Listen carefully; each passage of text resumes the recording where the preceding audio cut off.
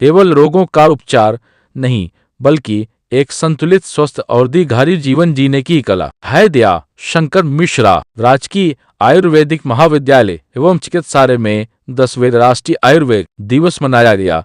आयुर्वेद भारत की प्राचीनतम चिकित्सा पद्धति है। आधुनिक जीवन शैली के खान पान में बदलाव कर अपने जीवन को स्वस्थ बनाएं। आयुर्वेद यूनानी एवं होम्योपैथी के लगाए गए स्टॉप आयुर्वेद दिवस कार्यक्रमों की श्रृंखला में वाद विवाद प्रतियोगिता, पोस्टर प्रतियोगिता, आयुर्वेद आहार प्रतियोगिता के विजेताओं को प्रशस्ति पत्र, आयुष देवशा पत्रिका का विमोचन 23 सितंबर को दिन और रात लगभग बराबर होते हैं। यह किसी वैज्ञानिक और प्रतीकात्मक रूप से उपयुक्त है।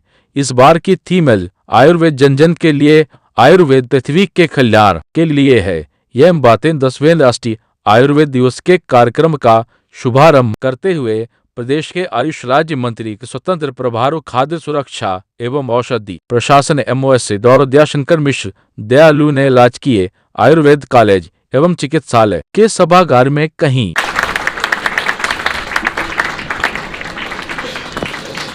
लोग क्योर की भी बात कर रहे हैं। ये चिकित्सा पद्धति के रूप में भी आयुष है। IT सोल्यूशन में बेसिकली कई स्तर की चीजें हैं। अगर हम इलाज की बात करें, डिस्पेंसरी पे इलाज की हो, अस्पताल में इलाज की बात हो, उसमें जो डिजिटाइजेशन की बात है वो IT सोल्यूशन अलग है। अगर कॉलेज की बात करें तो वहाँ जैसे पढ़ाने का माध्यम है, उसकी IT सोल्यूशन अलग है। ओवरऑल गवर्नेंस की बात करें तो उसकी IT सोल्यूशन अलग है। बहुत ही बृहद विषय है। तो इसमें आप देखें कि डाटा और टेक्नोलॉजी दोनों को मिला के डुएट जो होती है, उसका थीम ये होता है कि कोई भी व्यक्ति जब हमारे विधा से छूटता है तो उसकी चीजों को प्रकृति परीक्षण से लेके उसके एडवाइजेज, उसको जो हम लोगों ने बताया लाइफ स्टाइल के लिए, जो उनको काउंसलिंग किया, वो सभी चीज कैप्चर हो डिजिटली और उसको एक फॉर्मेट में डाटाबेस में हो, ताकि उन डाटा को हम यूज करके एक वृहद पॉलिसी बनाने से लेके उनके स्वास्थ्य लाभ, उनके जीवन को ठीक करने से लेके सभी में यूज करें। तो ये कई स्तर पे काम कर सकते हैं। तो हम लोग कई चीजें इंट्रोड्यूस कर रहे हैं। हम लोग हर एक अस्पताल, मेडिकल कॉलेज में हम लोग 3D एनाटॉमी का वो लाने की कोशिश कर रहे हैं। स्मार्ट क्लासेस चालू कर रहे हैं। फिर हम लोग कोशिश कर रहे हैं कि जो मेडिसिन की जो मैन्युफैक्चर से लेके डिस्ट्रीब्यूशन तक का हम लोग कैप्चर करें एक IT सोल्यूशन। मेडिसिन को लेकर फार्मा को विजिलेंस को भी अब आप लोगों ने इंट्रोड्यूस किया है और उसको किस तरह देखते हैं? हम लोग उसमें वो बृहद विषय खास कार्यक्रम है, उसके आकार को देने में आयुर्वेद की क्षमता को हमको समझना पड़ेगा कि उनके लिए आप इन पांचों तत्वों का जो बैलेंस है वही बना के रखने के लिए आपको इसमें काम करना पड़ेगा। यही मेरा आशय है और मैं इस मंच पर पुनः यहाँ पे जो मेरा यंगस्टर्स बैठे हैं स्टूडेंट्स के रूप में और या रिसर्च स्कॉलर्स के रूप में भी बैठे हैं, यहाँ वरिष्ठ प्रवक्ता भी बैठे हैं, थोड़ा बहुत आयुर्वेद की जानकारी जो स्टूडेंट डेज में हम लोगों को मिला था, हम तो कोशिश यही करेंगे कि इस विभाग में जो अवसर मिला है, ये अभी प्रमुख सचिव महोदय ने ये भी बताया कि इसके लिए क्या क्या रणनीति अपनाया जा रहा है। दशकों की उपलब्धियों का उत्सव है, बल्कि लोगों और ग्रह दोनों के स्वास्थ्य के लिए इस ज्ञान सकारात्मक काम करें। नए अस्पताल बना, अब हम इंटीग्रेशन पे काम करते हैं।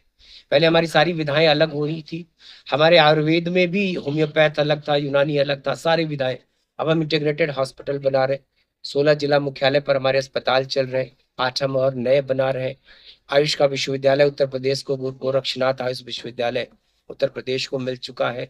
और 30 बेड के, 25 बेड के, 15 बेड के, 4 बेड के जो हमारे पुराने अस्पताल थे, उनको भी हम आयुष वेलनेस सेंटर के रूप में, आरोग्य मंदिर के रूप में विकसित कर रहे हैं। तो कुल मिला के पुराने को नया करना और नई अस्पताल बनाना, ये सरकार का मिशन है। हम इसको लगातार आगे बढ़ा रहे हैं।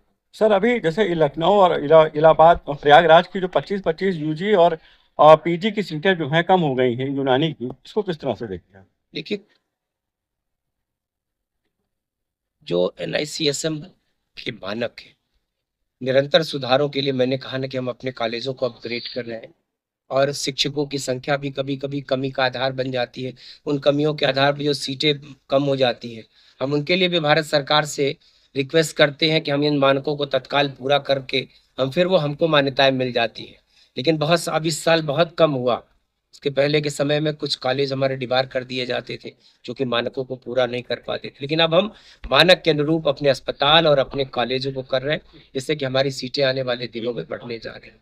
और खुशी की बात यह है कि लगातार दिनों में 11,000 से ज्यादा रजिस्ट्रेशन हो चुके हैं हमारे बच्चों के, 8,000 एडमिशन लेना है। इसका मतलब कि हमारे विधा की पढ़ाई के लिए बच्चों में आकर्षण भी बढ़ा। सर अभी रिसर्च एंड डेवलपमेंट की बात हो रही है, तो जितने भी आपके यहाँ यूनानी मेडिसिन में जितने भी रिसर्च होती हैं उनका कुछ डिस्क्लोज नहीं होता और वो लगातार कंटिन्यू बढ़ती जाती हैं, इसका क्या वजह है? सब लोग इसी दिशा में तो काम कर रहे हैं कि हमारी दवाएं मानक के अनुरूप हो और समाज में मानक मिलने के बाद वो समाज में प्रचारित और प्रसारित किया जाए। शोध, मैंने कहा कि शोध हमारी प्राथमिकता है, नवाचार हमारी प्राथमिकता। हम हमेशा इनोवेशन के थ्रू, नई चीजों के थ्रू समाज में जाना चाहते हैं। आपको पता है कि हमारी विधा पुरानी है, हमारे ग्रंथ पुराने हैं, चाहे सुश्रुत संहिता हो, चाहे चरक संहिता हो, हमारी इस पद्धति का आधार भी वही ग्रंथ है पुराने। तो सबको जोड़ते हुए नवाचार करने का हमेशा तो प्रयास है। सर ये भी आया है कि जो रिसर्च है वो लगातार बढ़ रही है और उसमें जो है मिसयूज हो रहा फंड्स का। नहीं, ऐसा कुछ नहीं। अभी तो मैंने कहा ना कि हम लोग अभी नहीं सब मतलब कुछ रिसर्च का मतलब एक टाइम पीरियड होता है ना सर, 3 साल या लाख टाइम अभी पीरियड। तो गिने चुने संस्थान हमने डेवलप किया है उत्तर प्रदेश में। हमारी मांग जरूर है कि देश के हर प्रतिष्ठित संस्थान की एक ब्रांच या तो दूसरी शाखा हमारे उत्तर प्रदेश को मिल जाए, जिससे कि उत्तर प्रदेश भी हमेशा आगे बढ़े।